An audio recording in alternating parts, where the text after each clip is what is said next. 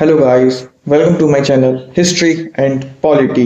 आज का हमारा क्वेश्चन है, भारत की संसद के संदर्भ में निम्नलिखित में से कौन सी संसदीय समिति इसकी समीक्षा करती है और सदन को सूचित करती है कि जो विनियम, नियम, उपनियम, उपविधि आदि बनाने की शक्तियां संविधान द्वारा प्रदत्त हैं या संसद द्वारा प्रत्यायोजित हैं, उनका कार्यपालिका द्वारा इन प्रत्यायोजनों डेलीगेशन की परिधि के भीतर उचित प्रयोग हो रहा है।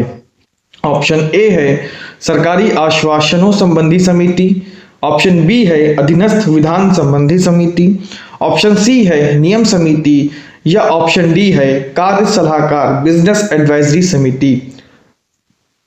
इसका उत्तर ऑप्शन बी होगा अधीनस्थ विधान संबंधी समिति। आइए इसकी व्याख्या देखते हैं। विनियम, नियम, उपनियम तथा नियमावली बनाने के लिए संसद अथवा संविधान द्वारा कार्यपालिका को प्रदत्त शक्तियों का उपयोग भलीभांति हो रहा है या नहीं, इस पर अधीनस्थ विधायन समिति विचार करती है और प्रतिवेदन देती है। दोनों सदनों में समिति की सदस्य संख्या 15 होती है।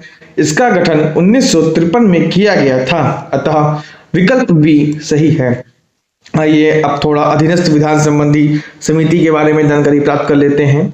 अधीनस्थ विधान समिति का उद्देश्य यह जांच करना और परिषद को रिपोर्ट देना है कि संविधान द्वारा प्रदत्त या संसद द्वारा प्रत्यायोजित नियमों, विनियमों, उपनियमों, योजनाओं या अन्य वैधानिक उपकरणों को बनाने की शक्तियों का प्रयोग जैसा भी मामला हो, ऐसे प्रदत्त या प्रत्यायोजन के दायरे में उचित रूप से किया गया है या नहीं।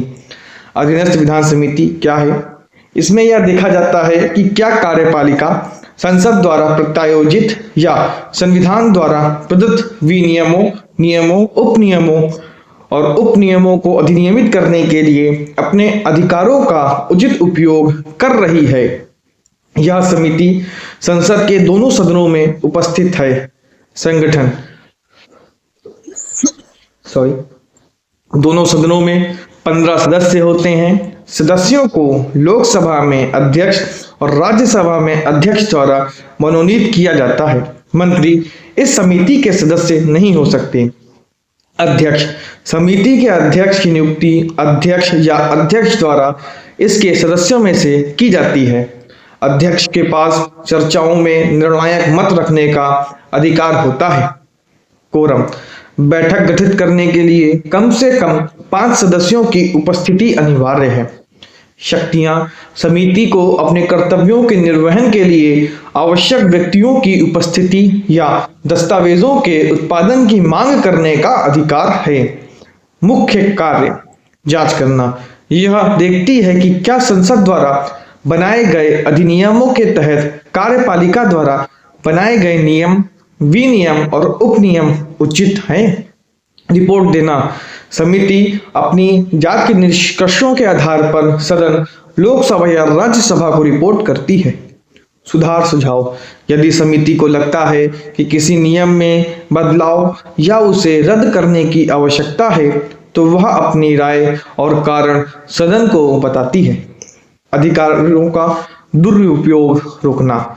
यह देखती है कि क्या अधीनस्थ विधान के माध्यम से कर लगाया जा रहा है या ऐसे विषय पर नियम बनाए जा रहे हैं जिन पर संसद का कानून होना चाहिए था। महत्व। यह संसद के माध्यम से कार्यपालिका पर प्रभावी नियंत्रण रखती है। यह सुनिश्चित करती है कि प्रशासन जवाबदेह रहे और शक्तियों का दुरुपयोग न हो। यह गैर दलीय और अर्ध न्यायिक दृष्टिकोण से काम करती है, जिसका लक्ष्य लोक कल्याण सुनिश्चित करना है। यह समिति भारत की संसद के दोनों सदनों, लोकसभा और राज्यसभा में मौजूद है और इसका गठन 1953 में किया गया था। धन्यवाद। अगर आपको वीडियो पसंद आई हो तो आप वीडियो को लाइक, कमेंट और शेयर अवश्य करें तथा चैनल को सब्सक्राइब भी अवश्य करें। धन्यवाद।